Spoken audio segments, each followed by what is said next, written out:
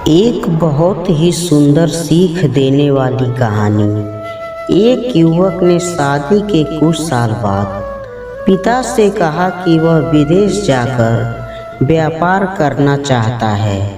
पिता ने उसकी मंजूरी दे दी। युवक अपने माँ बाप और गर्भवती पत्नी को छोड़कर व्यापार करने विदेश चला गया।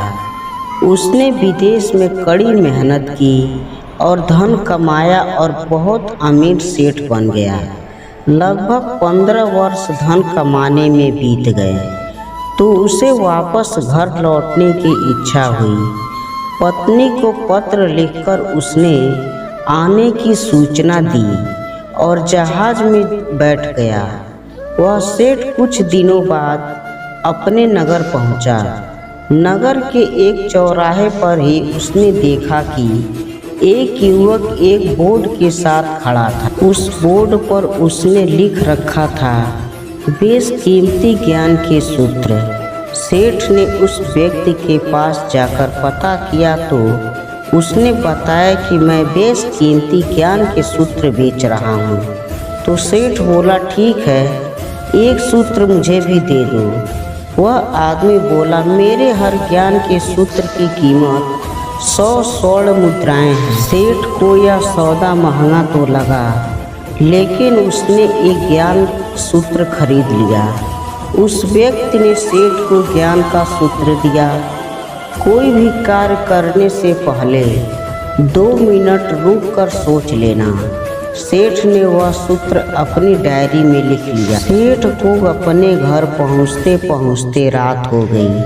सेठ ने सोचा, इतने सालों बाद लौटा हूँ तो क्यों न सीधे पत्नी के पास पहुंचकर उसे सरप्राइज दूँ। घर के चौकीदारों को इशारों से अंदर कुछ भी कहने से मना कर दिया और सीधे पत्नी के कमरे में गया। वह वहाँ का नज़ारा देखकर वह चौंक गया। उसने देखा कि उसकी पत्नी के साथ एक युवक सोया हुआ था। यह देखकर सेठ गुस्से से आग बबूला हो गया।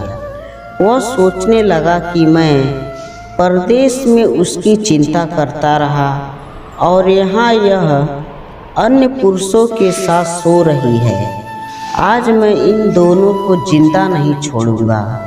वह गुस्से से अपनी तलवार निकालकर दोनों पर वार करने ही जा रहा था। इतने में उसे 100 स्वर्ण मुद्राएं के बदले जो ज्ञान सूत्र खरीदा था उसकी याद आ गई।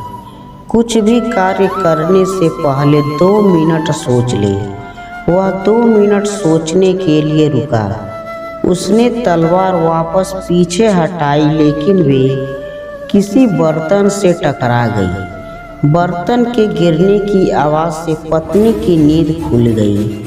आँख खुलते ही उसने अपने सामने अपने पति को देखा तो वह बहुत खुश हो गई और बोली, आपके बिना जीवन सूना सूना था। इंतजार में कितने वर्ष कैसे निकले ये मैं ही जानती हूँ। पत्नी ने इतना बोलकर पास सोए हुए व्यक्ति को उठाते हुए बोली, बेटा उठ जा, तेरे पिताजी आए हैं। युवक उठकर जैसे ही पिता को प्रणाम करने के लिए झुका तो माथे की पगड़ी सेठ के पैरों में गिर गई। उसके लंबे लंबे बाल बिखर गए।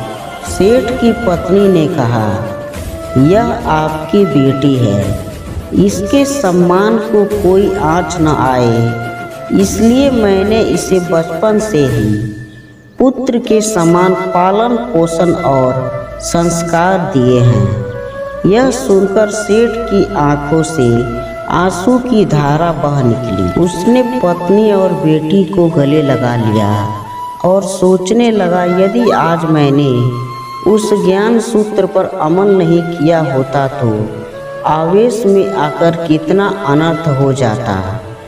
मेरे हाथों से मेरा ही निर्दोष परिवार खत्म हो जाता।